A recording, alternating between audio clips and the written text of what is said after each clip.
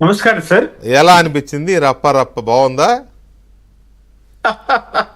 ఇది జగన్మోహన్ రెడ్డి రాజకీయ భవిష్యత్తే ఆ విధంగా ప్రారంభమై. ఎందుకంటే పులివెందులలో ఒకప్పుడు అసలు ప్రజలు ఎవరు ఓట్లు వేసేవాళ్ళు కాదు. పులివెందులే కాదు, కడప మొత్తం రాయలసీమలో చాలా వరకు వాళ్ళే వేసుకునే వాళ్ళు, వాళ్ళే గెలిచిపోయేవాళ్ళు, వాళ్ళే ఎమ్మెల్యేలు, మినిస్టర్లు, వాళ్ళే అన్నీ అయిపోయాయి. ఇప్పుడు అటువంటి సంస్కృతిని తీసుకురావాలంటే అటువంటి వాళ్ళే కావాలి రాష్ట్ర వ్యాప్తంగా. అందుకని జగన్మోహన్ రెడ్డి ఏం చేస్తున్నాడు? గంజాయి బ్యాచులను, రౌడీ బ్యాచులను, ఇటువంటి పొరంబోకు ఎదవలందరినీ చేరదీసి సైకలాజికల్ గా ప్రజలని బ్లాక్మెయిల్ చేయడానికి చూస్తున్నాడు, బెదిరిస్తున్నాడు. ఏ విధంగా?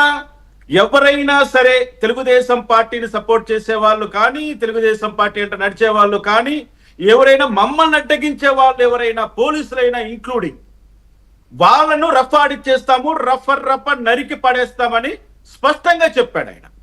ఇది ప్రజాస్వామ్యంలో యాక్సెప్ట్ చేస్తారా? వెల్కమింగ్ చేస్తారా? ఇటువంటి వాళ్ళను మళ్ళీ రోడ్డు మీదకి తీసుకొస్తారా?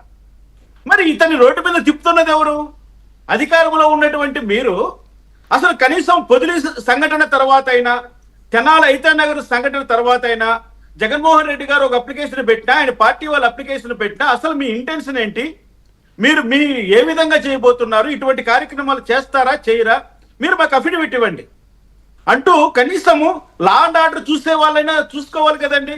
ఒక వ్యక్తి ఒక తప్పు చేసిన తర్వాత, ఆ మెంటాలిటీలో ఉన్న తర్వాత, అతను అదే ఫాలో అవుతాడని తెలిసిపోయిన తర్వాత మరీ ఆయన పర్యటనలకు పర్మిషన్ ఇవ్వడం ఏంటి? 100 మంది దాటకూడదు అన్నారు, 1000 మంది వచ్చారు. ఆ అంబటి రాంబాబు వికృత చేష్టలు చూసాం రోడ్డు పైన.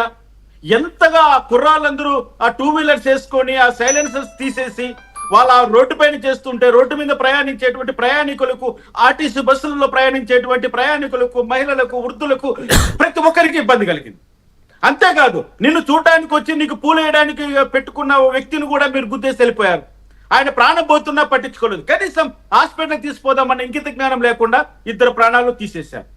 శవయాత్రలు మొదలెట్టారు. ఒకటి చెప్తున్నానండి, వెంకటకృష్ణ గారు, ఒక్కొక్క ముఖ్యమంత్రికి ఒక పేరు ఉంటుందండి. చంద్రబాబు నాయుడు గారు అంటే హైటెక్ అని, నందమూరి తారక రామారావు గారు అంటే ₹2 కిలో బియ్యము ఆడపడుచులకు ఆస్తిలో భాగమని, రాజశేఖర రెడ్డి అంటే ఆరోగ్యశ్రీ అని కొన్ని ట్యాగులు తగిలించుకోవచ్చు. జగన్మోహన్ రెడ్డి అంటే శవయాత్ర ట్యాగ్ తగిలించుకోవాల్సింది. రప్ప నాయకుడు అనాలిక అంతే. రఫా నరికే నాటు శవయాత్ర, శవాలే. ఇంకా ఆయన ట్యాగ్ శవాలే. అంతకు మించి ఆయన ముందరికి వెళ్ళలేకపోతున్నాడు, అక్కడి నుంచి బయట రాలేకపోతున్నాడు. అరే, ప్రజలకి ఏం కావాలి? ప్రజాస్వామ్యానికి ఏం కావాలి? సొసైటీకి ఏం కావాలి? నన్ను మళ్ళీ ముఖ్యమంత్రిగా ఎన్నుకోవడానికి నేను ప్రజలకి ఏం చెప్పుకోవాలి? ఎలా చెప్పుకోవాలి? వాళ్ళని ఎలా కన్విన్స్ చేయాలి? నా ఓటు బ్యాంక్ నేను ఎలా కాపాడుకోవాలి? నా పార్టీని ఎలా నిలబెట్టుకోవాలి అనేది ఆలోచించడం మానేసి 24 గంటల గుట్టలు ఎవడు తీస్తా, నరికేస్తా, చంపేస్తా, మీ అంత ఏం నువ్వు చూసేది? చూసేస్తాంగా. నువ్వు 175, వై నాట్ 175 అన్నావు. 151 నుంచి 11కు వచ్చి పడ్డావు. ఇంకోసారి తంతే 2, 3కో పడతావు గ్యారంటీగా. నువ్వు చేసేదేముందయ్యా? నువ్వు ఇంకా నవ్వులపాలు అయిపోతావు. తెలుసుకో జగన్మోహన్ రెడ్డి, ఈ రోజు నీ ప్రెస్ మీట్ ఏంటి? నువ్వు మాట్లాడడం ఏంటి? ఎంకరేజ్ చేస్తున్నావు, సపోర్ట్ చేస్తున్నావు క్రిమినల్స్ ని. నీ గ్యాంగ్ అంతా క్రిమినల్సేనా? ప్రజలు అన్ని గమనిస్తారు.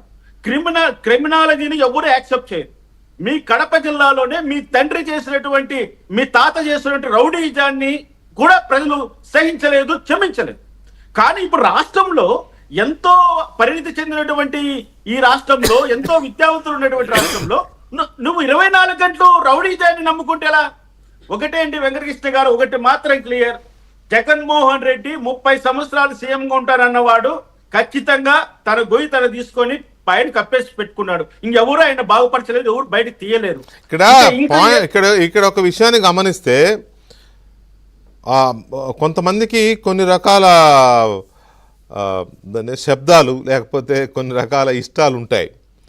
మంచి మంచి మంచి మ్యూజిక్ కొంతమందికి ఇష్టం. ఇళయరాజా మ్యూజిక్ అంటేనో, లేకపోతే మణిశర్మ, లేకపోతే మన తమన్, ఏవో సంథింగ్ ఒక సంగీతం కొంతమందికి ఇష్టం.